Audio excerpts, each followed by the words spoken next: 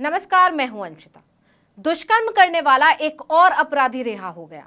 अब लोग कह रहे हैं कि बीजेपी के राज में सारे दुष्कर्म करने वाले छूटते जा रहे हैं। इन पर बीजेपी वालों का हाथ है। अमरमणि त्रिपाठी के रिहा होने के बाद से चर्चाओं का बाजार गर्मा गया है, क्योंकि अमरमणि के कनेक्शन बीजेपी से भी हैं। 2001 में ये यूपी में भाजपा सरकार में मंत्री थे।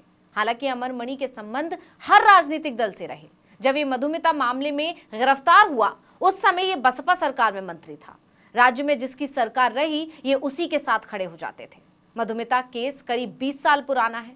क्या मामला था, इस पर आगे बात करेंगे, लेकिन फिलहाल मुद्दा ये नहीं है कि मामला क्या था। मुद्दा ये है कि एक दुष्कर्म का अपराधी रिहा हो गया है, क्योंकि ये आदमी सिर्फ दुष्कर्म का अपराधी ही नहीं था, बल्कि इसने मधुमिता की जान भी ले ली थी। और उस दौरान मधुमिता 7 महीने की गर्भवती थी।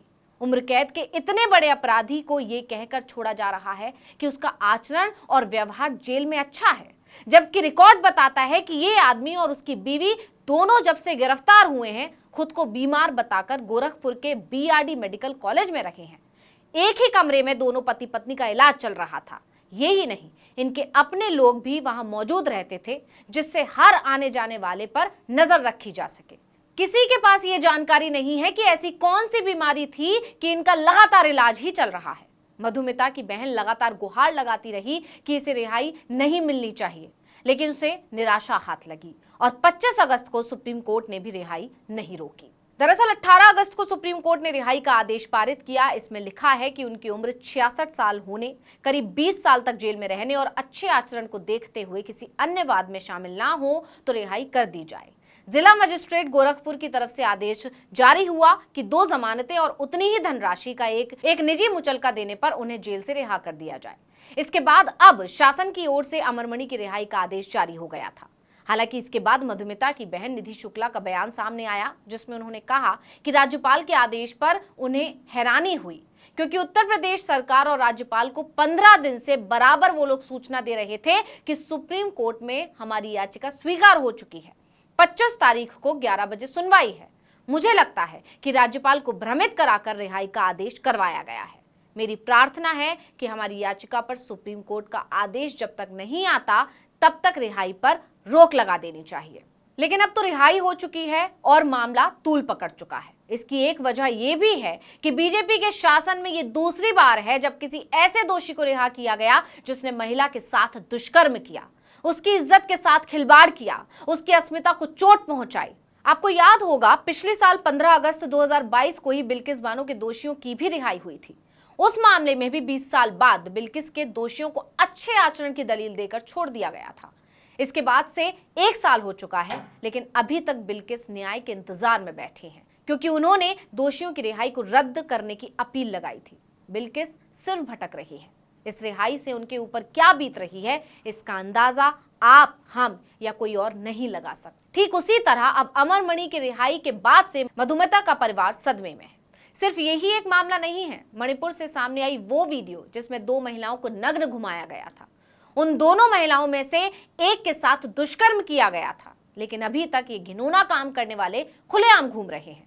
बीजेपी की सरकार वाले राज्य मणिपुर में महिलाओं की इज्जत को तार तार करने वाले चैन की सांस ले रहे हैं, लेकिन उनके खिलाफ अभी तक कोई एक्शन नहीं हुआ है, ना ही कोई आदेश दिए गए हैं। बीजेपी के राज में बहनों, बेटियों, महिलाओं, बच्चियों के साथ दुष्कर्म करने वालों की रिहाइयां हो रही हैं और सरकार दावा करती है महिला सशक्तिकरण का।